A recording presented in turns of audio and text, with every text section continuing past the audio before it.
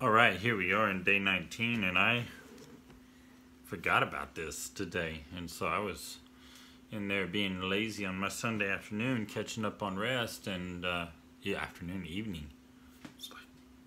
It's 9:30. But anyway, I remembered, and so here we are. And day 19, Exodus 17 through 20. So maybe you've already read it. You might be ahead of me. If you haven't, how about you go read it and come on back to the video. All right. There may be three things here. First principle, I think, you're reading this, you read through 17 and 18. You know, there's no Chuck Norrises in the kingdom of God. You know, no commandos, no Rambos, Chuck Norris, you know, superhero, one-man army. You know, here I go again on my own, going down the only road I've ever known. Like a drifter, I was born to be glorified baloney garbage. It just doesn't belong in the kingdom of God. And it's not there. We even take people like Moses. You know, Moses. Now, Moses was a superstar in the kingdom. But did you catch what happened when they went and they fought? When they fought with Amalek and they got up there, Moses got up on the hill, and Moses wasn't a superhero. Moses was a man with weaknesses and hardships, and he had dependents in the kingdom. And Aaron and Hur went up there with him, and they got, you know, something for him to prop up on, and one on each side, and they together, you know, they held his arms up, and they joined in him with intercession for Israel as they fought. And you see that God used them as a community, and it wasn't just Moses. You know, if it was just all Moses, the glory is confused. The glory is greatly confused with Moses altogether. You know, years down the road, well, the Pharisees and the scribes, you know, they were more into Moses than they were God, which is a problem, which is something that Moses wouldn't have wanted at all. So, look, there's dependence. Not only that, according, you know, Jethro's good advice to Moses, there was delegation of, you know, work in the ministry. And so, you know, here Moses was trying to do all this judging by himself, and Jethro said, man, you really need to delegate some of that stuff.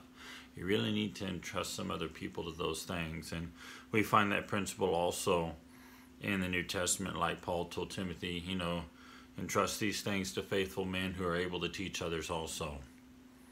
And so, you know, as much as God calls any, you know, people to the ministry for anything what we think is exceptional, well, you know, they're really just people like us with the same dependencies and weaknesses and problems. And so, you know, be careful not to put the Billy Grahams and the Greg Laurie's and the Chuck Stanleys and the Chuck Swindells and Adrian Rogers and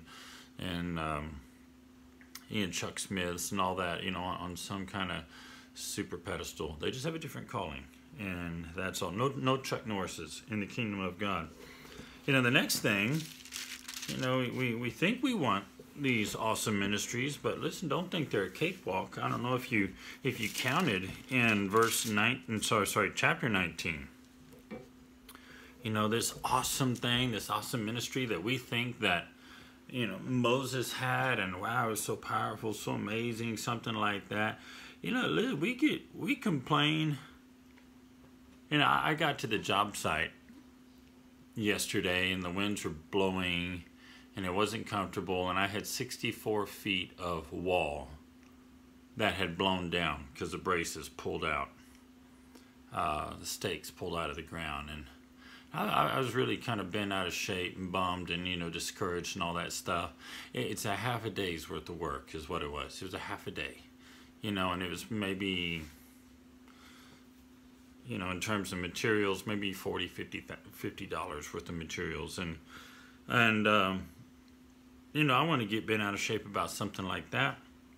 Moses, we read this quick little chapter 19 and zip right through it. But I'll tell you what, while we were zipping through chapter 19, Moses was zipping his body up and down a big mountain. And I don't know how many of y'all have climbed mountains, but there's not much of a zip principle to it. You know, it takes a long time to go up a mountain and to go back down the mountain and to go up a mountain and go back down the mountain and go up the mountain and go back down the mountain. And I don't know if y'all counted all those, but you know, somewhere around verse 3, he went up the mountain. Verse 7, he went down the mountain. Verse 8, he went back up the mountain. You know, then later on, you know, around, you know, 10 through 14, he went back down the mountain. Over there, verse 20, he went back up the mountain. 21, he went back down the mountain. You know, and 24, he went up the mountain and back down the mountain. And you know, don't tell me that you wouldn't be freaking out and be like, God, I'm tired of going up down a mountain. My legs are tired. My body hurts. My this and that. We'd have all kinds of complaining things. And but we like the idea of this great, powerful ministry. Well, you can count on, you know, ministry involving work and hardship and sacrifice and things like that. And you know, if we're lazy, we're not ready to serve the Lord, because God doesn't like laziness, physically, mentally, or spiritually. And Moses was one hiking mountain dude. You know, he went up and down and up and down, and you know, to carry that communication. And I can only imagine the suggestions we would bring to God, like, God, why don't you speak to me down here? You know, and that way I don't have to go up there, and I'll come back down here and go up there. But Moses just went. And then we have the presentation of the Ten Commandments for the first time. And, you know, some pretty outstanding, concise set of laws. But I guess the only thing I'll say about them is, you know, take note that the first 4 or 5, however you want to make the division, you know, the first 5 are upwards in authority. The next 4 are outward in civility. And the last one is inward in complacency.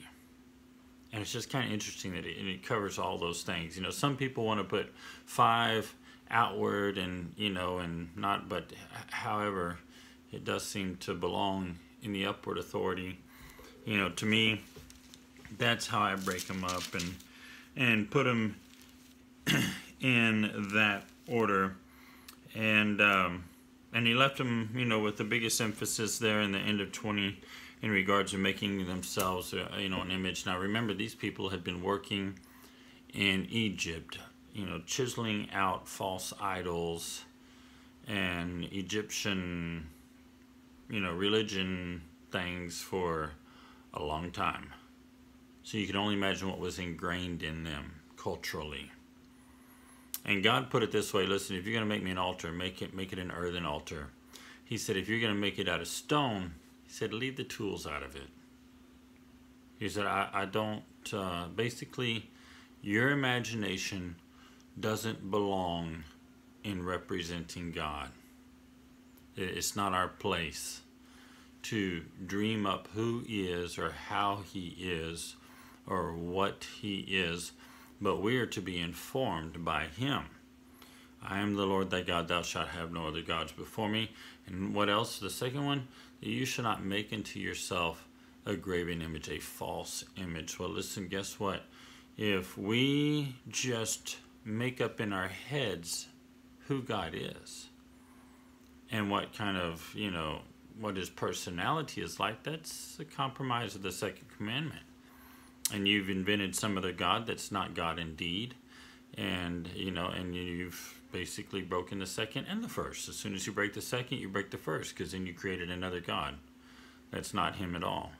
And you begin to worship him. And that's a big problem we have today, because our culture doesn't like the fact that God's not okay with a lot of things in our culture. And they go about wanting to redefine God. So, listen, that's long enough. But that's a lot. And there's a lot in there. And really a great little chunk of scripture. So there's day 19. We'll see you tomorrow for day 20. Bye.